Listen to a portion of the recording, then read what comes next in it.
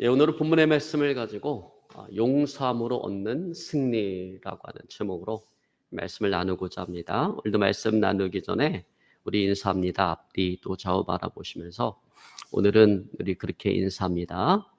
용서만이 승리하는 길입니다. 아멘. 여러분, 우리는 살아가면서 본의 아니게 누군가에게 상처를 주기도 하고 또 누군가에게 상처를 받기도 합니다. 그런 과정을 겪으면서 우리의 마음속에 미워하는 감정이 생깁니다.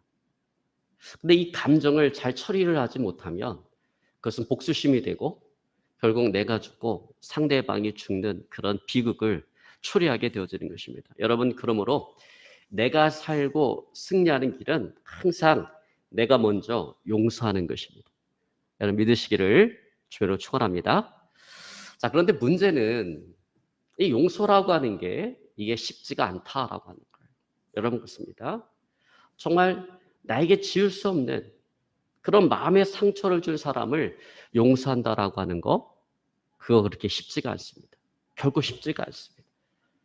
저는 이런 용서라고 하는 주제를 가지고 이야기할 때마다 항상 생각나는 한 편의 영화가 있습니다. 이청준 소설가가 쓴 벌레 이야기를 영화로 만든 밀양이라고 하는 작품이에요. 유명 여배우 전도연 씨가 신혜라고 하는 그 역할을 맡아서 열연을 했는데, 그 영화를 보면서 제가 느끼는 것은 참 누군가를 내 마음 중심에서 용서한다라고 하는 것이 이게 결코 쉬운 일이 아니다라고 하는 것입니다. 그 영화의 스토리는 간단합니다. 신혜라고 하는 그 여인이 남편과 사별을 하고 나서 남편의 고향인 밀양에 내려와서 하나밖에 없는 그 아들과 함께 살아갑니다. 그런데 어느 날 그 아들이 다니는 웅변학원 원장님이 이 아들을 유괴를 하고 이 아들을 죽이는 사건이 발생을 합니다. 그래서 웅변학원 원장 그 박도섭은 감옥에 갇히게 되고, 신혜는 하나밖에 없는 아들을 잃은 그 마음의 고통을 안고 살아갑니다. 그러다가 이웃의 전도를 받고 교회를 나가서 신앙생활을 하기 시작합니다. 그렇게 신앙생활을 하면서 자기 아들을 죽인 웅변학원 원장 박도섭을 용서하기로 마음으로 결심을 합니다. 그리고는 그가 수감되어져 있는 교도소를 찾아가요. 잠시 후 면회실 그 유리벽 너머로 살인마 박도섭이 얼굴을 내밉니다. 사실 그 얼굴을 보는 것만도 참 치가 떨리는 일이지만, 그러나 그럼에도 불구하고 하나님의 이름으로 용서하려고 합니다. 근데 웬일인지 그 면회실 유리벽 그 너머로 얼굴을 비치는 그 박도섭의 모습이 마치 이미 구원을 얻은 구도자의 모습처럼 너무나도 평안한 것입니다. 그 박도섭은 자기를 용서하기에 찾아온 신혜에게 그렇게 말합니다. 자기도 하나님 앞에 무릎을 꿇고 눈물을 흘리며 회개했다라는 것입니다. 그래서 하나님께서 자기 죄를 용서해 주셨다라는 거예요. 그래서 지금은 그 마음이 너무나도 평안하다라는 것입니다. 이 말을 듣는 순간 그 신혜의 마음속에 분노가 다시금 끓어오르기 시작합니다. 아니, 벌써 용서를 받았다니. 말 그대로 그는 더 이상 용서가 필요 없는 사람이 되어진 거예요. 스스로 용서를 받았다고 생각하며 살아가는 사람에게 용서한다라고 하는 것이 무슨 의미가 있겠습니까? 가장 직접적인 피해자는 자신인데 자신의 동의도 없이 그는 이미 용서를 받아버린 거예요. 이런 말도 되지 않는 그 현실 앞에 당장이라도 그를 죽이고 싶지만 물리적인 복수는 법의 이름으로 차단이 되어졌습니다. 하다못해 그 얼굴에 침이라도 뱉고 싶지만 면회실의 그 든든한 유리벽이 오늘 그를 지켜주고 있습니다. 박도섭은 돈 몇 푼을 얻고자 하나밖에 없는 자기 아들을 유괴를 하고 죽이는 큰 죄를 저질렀음에도 불구하고, 그럼에도 불구하고 하나님의 이름을 들먹이면서 자기 죄를 얼렁뚱땅 넘어가려고 합니다.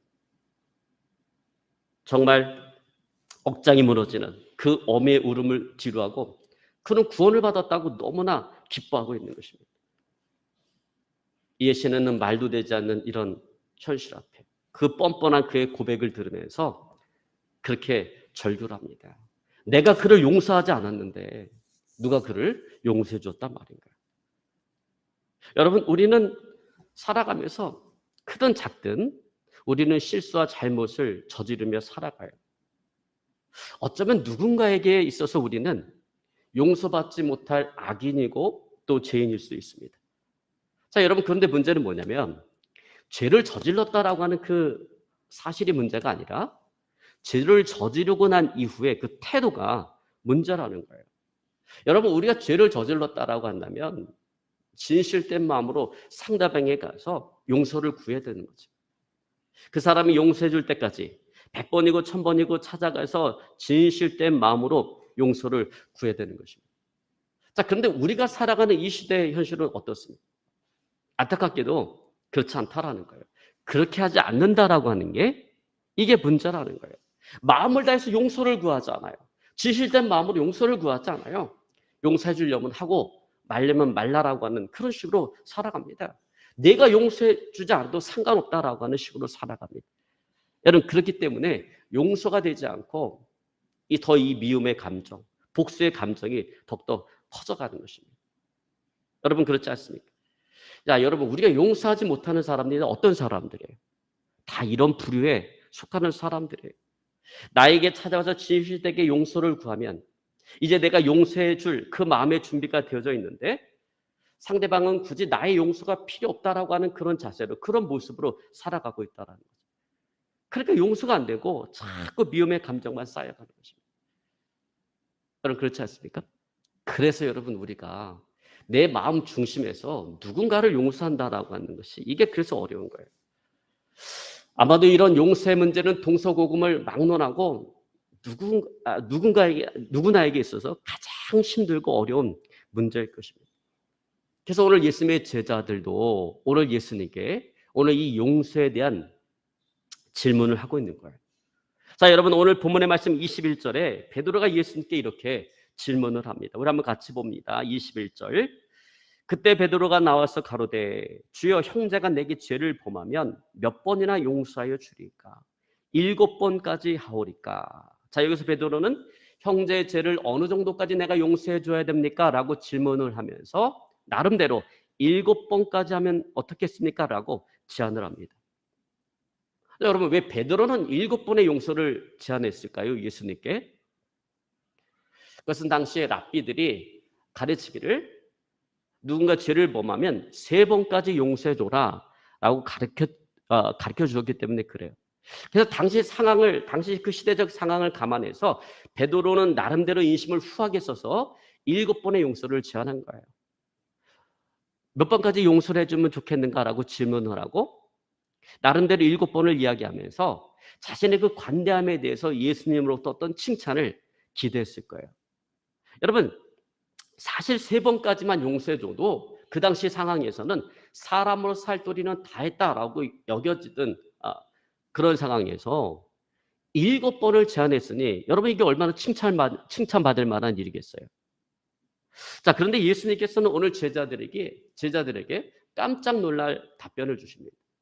오늘 예수님께서 말씀하시기는 7번이 아니라 70번씩 7번이라도 용서하라고 얘기합니다. 자, 오늘 예수님의 이 답변의 요지는 휘스가 중요한 것이 아니라 너희가 항상 용서하는 삶을 살아가야 된다라고 하는 거예요.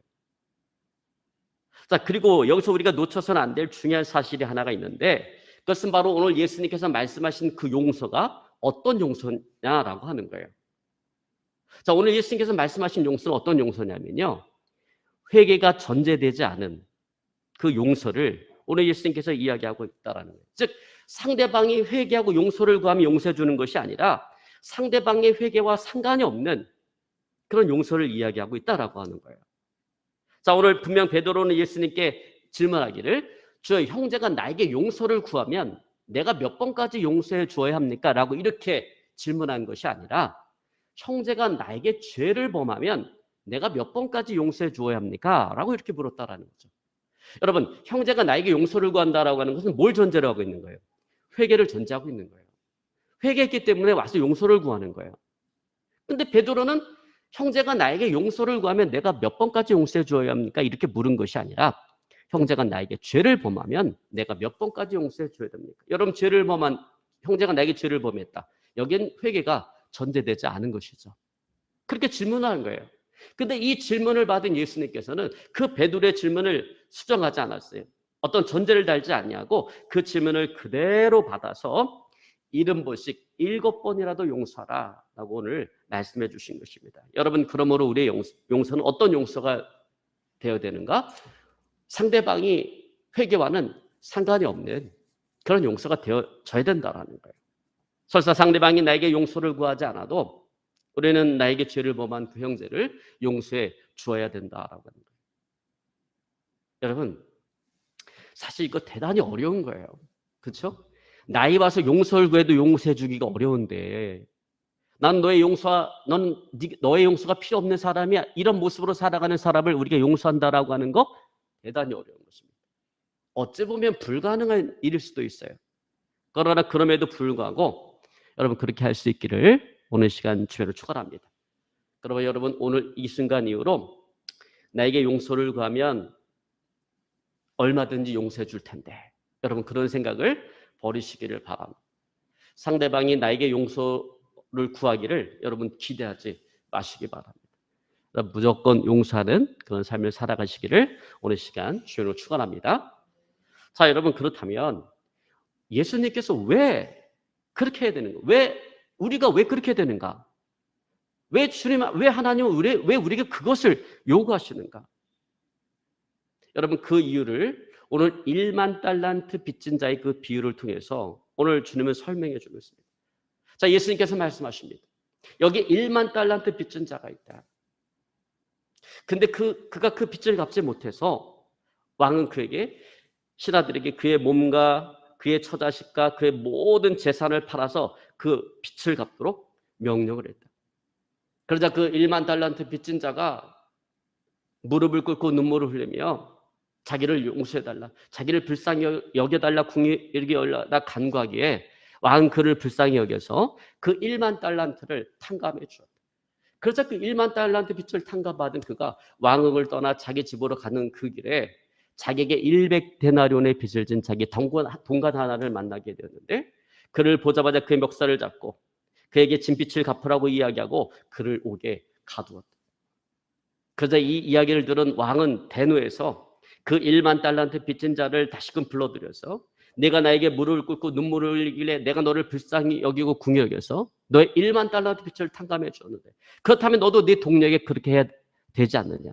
너도 네 동료를 불쌍히 여기고 궁히 여길 것이 아니냐? 라고 이야기하면서 그를 옥에 가두고 1만 달란트의 그 빚을 갚기 전까지는 절대로 그 옥에서 나오지 못하리라, 그렇게 했다라는 거예요. 자, 그러면서 주님은 35절에 그 비유의 결론을 이렇게 맺고 있습니다. 35절 우리 한번 같이 읽습니다. 너희가 각각 중심으로 형제를 용서하지 않으면 내 천부께서도 너희에게 이와 같이 하시리라.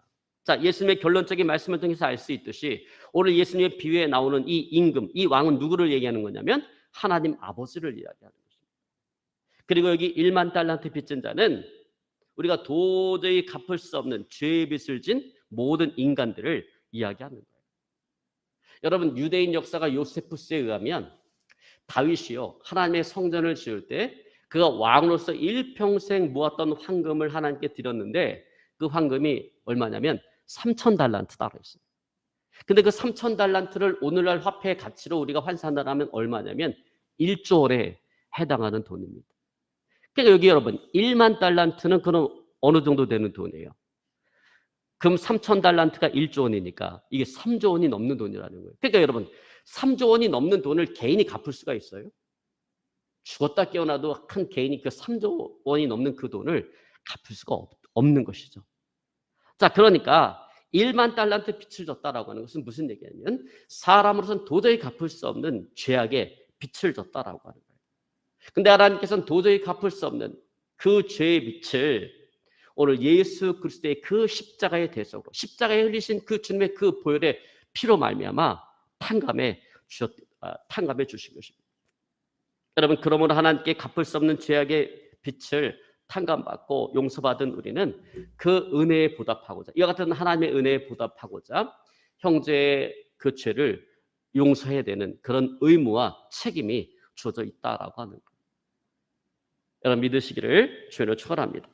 자, 여러분 여기서 만약에 이 1만 달란트 빚진 자가 자신에게 은혜를 베풀어 준 그 임금, 그 왕을 그가 생각했다라고 한다면 그는 자신에게 100데나리온, 그 보잘것없는 100데나리온의 빚을 진 자기 동료를 불쌍히 여기고 궁히 여기고 그에게 관용과 자비와 은혜를 베풀어 줄 수도 있었을 거예요.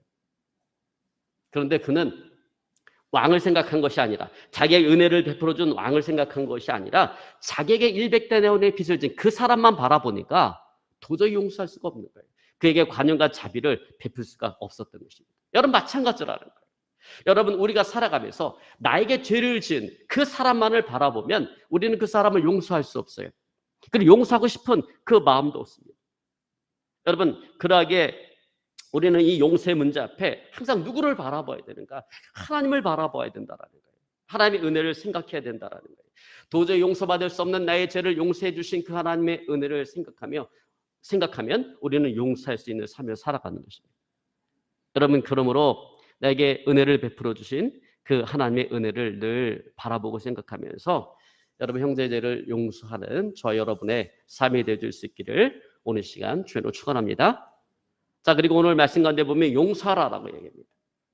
자, 그런데 여러분 이 용서라는 말 헬라 원어로 아피엠이라고 하는 그 말을 썼는데 그 말의 의미가 뭐냐면 마치 지우개로 지우듯이 아니면 컴퓨터의 그 델리트 버튼처럼 아주 깨끗하게 흔적도 없이 이렇게 지워버리는 것을 이야기하는 것입니다. 그러므로 하나님께서 우리의 죄와 허물을 용서하시고 기억하지 않는 것처럼 우리는 형제의 죄를 용서하고 우리의 마음속에서 그 미움의 감정들을 깨끗하게 지워야 된다는 거예요. 여러분 그렇게 하시기를 주여로 축원합니다. 물론 이것이 쉽지가 않아요. 여러분 아마도 용서에 있어서 가장 어려운 부분이 어떤 부분이에요? 마음의 부분이에요. 이 감정의 부분이에요. 그래서 항상 머리로서는 용서해야 된다라는 걸 알고 그리고 나의 의지로 용서하려고 하는데 나의 이성으로 나의 의지로 도저히 어떻게 할 수 없는 부분이 감정적인 부분이라는 거예요. 그래서 여러분 이 부분에 있어서는 충분한 시간이 필요한 것입니다.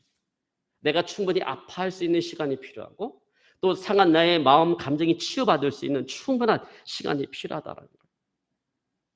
여러분 따라서 누군가를 용서함에 있어서 따라주지 않는 이 마음의 문제, 이 감정의 문제 때문에 자기 자신을 정죄하거나 너는 어쩔 수 없는 인간이야 이런 식으로 자기 자신을 정죄하거나 아니면 그 사람을 용서하고자 하는 어떤 마음과 시도를 포기하는 사람이 되지 않기를 오늘 시간 주님으로 축원합니다. 여러분 시간이 필요해요. 여러분 누군가 용서하지 못하는 사람 찾아가서 야 성경에 용서하라 그랬는데 왜 이렇게 용서하지 못해? 이렇게 이야기해서는 안 된다는 것입니다. 왜냐하면 이 감정의 문제, 마음의 문제는 내가 어떻게 할 수 있는 부분이 아니기 때문에 이 마음의 문제를 해결해 줄 수 있는 분은 누구밖에 없어요. 오직 성령 하나님 한 분밖에 없는 것입니다. 오직 성령 하나님의 그 도심을 통해서만 우리는 우리의 상한 심령, 마음이 치유를 받을 수가 있고 그때 가서 우리는 비로소 우리 마음 중심으로부터 용서할 수가 있는 것입니다. 여러분 국민일보 미션란에 실렸던 한 여집사님의 간증입니다. 남편이 도박에 빠져 있고 매일같이 술에 취해서 가정을 돌보지 않습니다. 그러자 그 아내가 머리에 보따리를 이고 행상을 하며 겨우겨우 그 가정을 이끌어갑니다. 하루는 장사를 하러 나가는데 갑자기 몸이 휙 돌아가더니 골반이 틀어지면서 다리를 절기 시작합니다. 다리를 절면서 머리에 그 보자기를 이고 행상을 하니까 얼마나 고통이 심했겠어요. 육체적인 고통이 엄청나게 컸었는데 그 육체적인 고통보다 더 큰 것은 마음의 고통이었어요. 남편에 대한 원망과 증오의 마음. 결국 그 분노와 미움이 그녀의 심신을 병들게 만들었습니다. 그렇게 18년을 살아가면서 내가 도저히 이렇게 살아갈 수는 없다라고 생각을 하고 자기도 다른 사람들처럼 나도 교회나 나가봐야겠다라고 생각을 하고 교회를 나가기 시작했어요. 교회를 나가면서 하나님의 말씀을 듣고 은혜를 받던 중에 내가 이제는 남편에 대한 원망과 증오의 마음을 저 십자가 밑에 묻어두고 내가 남편을 용서하리라 그렇게 마음에 결심을 했습니다. 그때 막상 집에 가서 그 남편의 얼굴을 보면 그 십자가 밑에 묻어두었던 남편에 대한 그 원망과 미움의 감정, 그 증오의 감정이 다시금 솟아나서 도저히 용서가 되질 않는 거예요. 그래서 이 문제를 갖고 몇 주에 걸쳐서 하나님 앞에 기도하기 시작해요. 성령 하나님께 기도하기 시작해서 하나님, 내 마음에 있는 이 미움과 분노의 마음을 해결해 주십시오. 상처받은 내 심령, 이 마음을 하나님 치료하여 주시고 정말 내 마음 중심으로 용서할 수 있도록 나에게 은혜를 베풀어 주십시오. 그렇게 기도하는데 오늘 성령께서 강력하게 그에게 임하는 임재를, 성령의 임재를 체험하게 되었습니다. 그러면서 병들었던 그의 속 사람이 시원해지는 것을 느꼈어요. 그러더니 그동안 소화가 안 되고 신물이 넘어오던 그 증상이 사라졌어요. 그리고 그 마음에 기쁨과 평안이 오니까 매일같이 잠도 너무나 잘 잤어요. 매일같이 단잠을 잤어요. 어느 날 잠을 자고 일어났는데 틀어졌던 골반이 정상으로 오면서 다리가 깨끗하게 치료를 받게 되었습니다. 미움과 분노가 그 영혼을 병들게 만들었고, 위장을 병들게 만들었고, 소가리를 하게 만들었고, 뼈를 튀어나오게 만들었는데 예수 그리스도의 그 십자가를 붙들고 성령 하나님의 도심을 간절히 구할 때 그 남편을 마음 중심에서 용서할 수 있게 되어진 것입니다. 그리고 미움과 분노는 사라지고 마음도 몸도 치료를 받게 되어진 것입니다. 여러분, 그렇습니다. 여러분, 내 자신의 힘으로는 도저히 용서할 수가 없어요. 물론 잔잔한 것들 용서할 수 있어요. 그러나 여러분, 인생의 큰 문제를 만나면 내 자신의 힘과 의지로 도저히 용서할 수 없는 것들이 있어요. 그러나 항상 내 안에 계시며 나의 연약함을 도우시는 성령 하나님의 그 도우심을 구할 때 우리는 비로소 내 마음 중심에서 용서할 수 있게 되어지는 것입니다.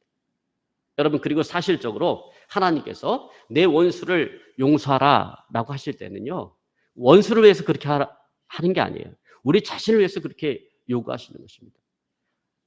나의 건강과 나의 안녕을 위해서 우리에게 용서를 요구하시는 거예요. 왜? 우리 영혼이 살 수 있는 길은 오직 용서밖에 없기 때문에 하나님께서 우리에게 용서를 요구하시는 것입니다. 여러분, 그러므로 하나님은 항상 원수 갚는 것은 누구에게 맡기고 하나님께 맡기고 우리에게 용서를 요구하시는 것입니다. 용서하라라고 권면하시는 것입니다. 그러면 여러분 살아가면서 원수 갚으려고 하지 말고 원수 갚는 것은 하나님께 맡기고요. 어찌하든지 용서하는 삶을 살아가기 위해서 힘쓰고 애쓰는 저 여러분의 삶이 되어줄 수 있기를 시간 주연으로 축원합니다. 그런 의미에서 여러분 한 재판 사건을 소개하고자 합니다. 1983년 미국 조지아주 클레이턴 카운티에서 재판이 열렸어요. 피고는 켈빈 존슨이라고 하는 한 흑인 남성이었습니다. 백인 여성을 성폭행하려고 했다라고 하는 그런 제목으로 고소가 되어졌어요. 그러나 그것은 전혀 사실이 아니었습니다. 4명의 흑인 여성이 찾아와서 그가 결백하다는 그의 알리바이를 대주었음에도 불구하고 재판관은 그에게 무기징역을 선고를 했습니다. 이제 감옥에 수감되기 전에 마지막 최후 진술을 합니다. 켈빈 존슨은 말합니다. 나는 죄를 짓지 않았습니다. 내가 결백하다라고 하는 것은 하나님께서 하십니다. 나는 감옥에 들어가게 됐지만 나는 그 감옥에서 나의 결백을 하나님께서 해결해 달라고, 하나님께서 풀어달라고 나는 계속해서 기도할 것입니다. 그리고 감옥에 수감이 되었어요. 그리고 16년이라는 시간이 흘러가고 켈빈 존슨은 다시금 법정에 서게 되었습니다. 그의 무죄 석방을 위한 재판이었습니다. DNA 검사 결과 그가 진범이 아니라는 것이 16년 만에 밝혀지게 되어진 것입니다. 그래서 그는 재판을 받고 감옥에서 석방되게 됐어요. 그가 그 교도소에서 나오는 날 기자들이 그에게 몰려가서 그에게 물었습니다. 당신 16년 동안 억울하게 이 감옥에 갇혀 있었는데 당신에게 무기징역을 선고한 그 재판관, 그 배심원이 원망스럽지 않습니까? 그에게 보복하고 싶은 마음이 없습니까? 그래서 그가 말합니다. 아니요, 저는 그런 마음이 없습니다. 끓어오르는 분노와 증오의 마음을 담고 살아두면 그것이 나를 죽이는 것입니다. 나에게서 중요한 것은 내가 먼저 사는 것입니다. 그래서 나는 이미 오래전에 그들을 용서했습니다. 여러분, 그렇습니다. 여러분, 우리에게도 마찬가지예요. 여러분, 우리가 인생을 살아가면서 가장 중요한 것은 뭐냐면 내가 먼저 사는 거예요. 내가 먼저 살아야 책임질 거를 책임질 수 있고 다른 일들을 도모하며 살아갈 수가 있는 것입니다. 가슴에 증오와 복수하고자 하는 이 마음을 품고 살아가면 누군가를 죽이게 되어질 것입니다. 그러나 우리가 기억해야 될 것은 뭐냐면 누군가를 죽이지만 누군가만 죽이는 것이 아니라 그건 동시에 또 내가 죽는 길이다라고 하는 그 사실을 우리는 늘 기억해야 될 것입니다. 여러분, 그러므로 우리에게 있어서 내가 살고 상대방이 살 수 있는 길은 오직 원수 갚는 것은 하나님께 맡기고 용서하며 살아가는 것입니다. 여러분, 그래요. 용서하는 것만이 내가 살고 승리하는 길인 것입니다. 여러분 용서함으로 승리하는 자 되시기를 오늘 시간 주연으로 축원합니다. 이제 말씀을 정리하려고 합니다. 오늘 예수님께서는 70번씩 7번이라도 용서하라 했어요. 자, 여러분, 나에게 죄를 지은 그 사람만 바라보면 우리는 용서할 수 없습니다. 그러기에 나에게 엄청난 무한한 내가 감당할 수 없는 은혜를 베풀어 주신 그 하나님을 바라볼 때 우리는 용서할 수가 있는 것입니다. 그러므로 하나님을 바라보며 용서하는 자 되시기를 주님으로 축원합니다. 그리고 인생 살아가다 내 힘으로 도저히 용서할 수 없는 어떤 사람을 만난다면, 어떤 사건을 만난다면 그때 내 안에 내주하시고 나의 연약함을 도우시는 성령 하나님의 도우심을 구함으로 마음 중심으로 용서하는 자 되시기를 오늘 시간 주님을 축원합니다. 그것이 내가 살고 승리하는 길인 것입니다. 그 같은 저와 여러분의 삶이 되어질 수 있기를, 오늘 용서함으로 승리한 자 되어질 수 있기를 오늘 시간 주님으로 축원합니다. 오늘 말씀 붙잡고 간절히 기도하기 원합니다.